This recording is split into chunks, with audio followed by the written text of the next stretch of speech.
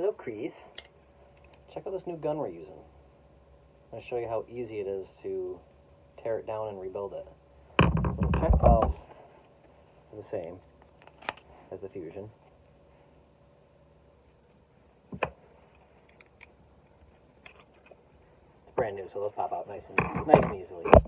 But the side seals, look at those suckers. No more flatheads needed for those. Just unscrew them.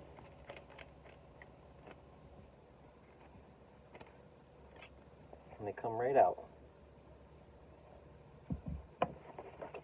Same thing on this side. Pops right out. So even if it did get left on the bench for a while, it would still pop right off. And then to take the actual gun head off, this is my favorite part. There's a nut driver bolt right there, 5/16.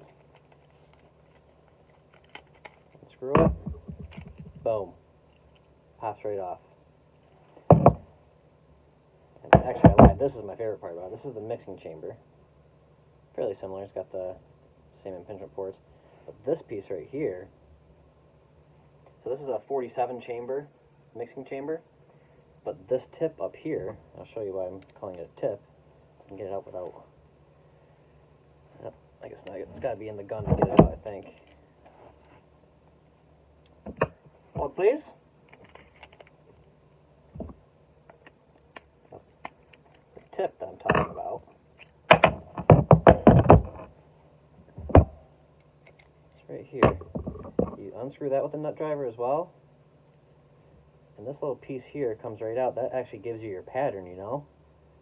And we have a 42 version of this, a 47 version, a 52, and I believe that's it. So if we have, let's say, a 42 chamber in, and I take the 52 version of this and put it in there, now I've got a 39 chamber.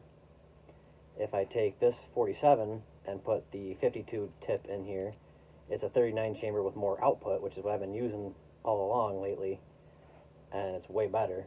Or I could put a 52 and a 42 tip in, or a 42 and a 47 in.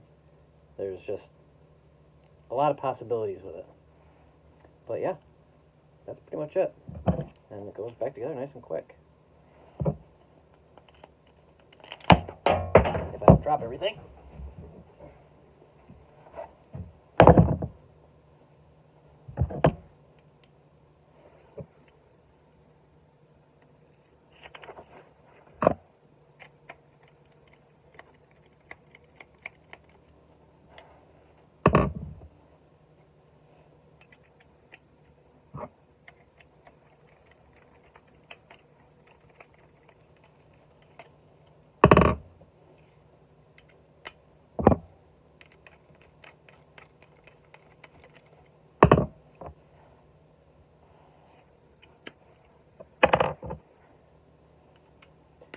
This video is 3 minutes and 30 seconds, and I tore it down, put it back together, and explained a bunch to you.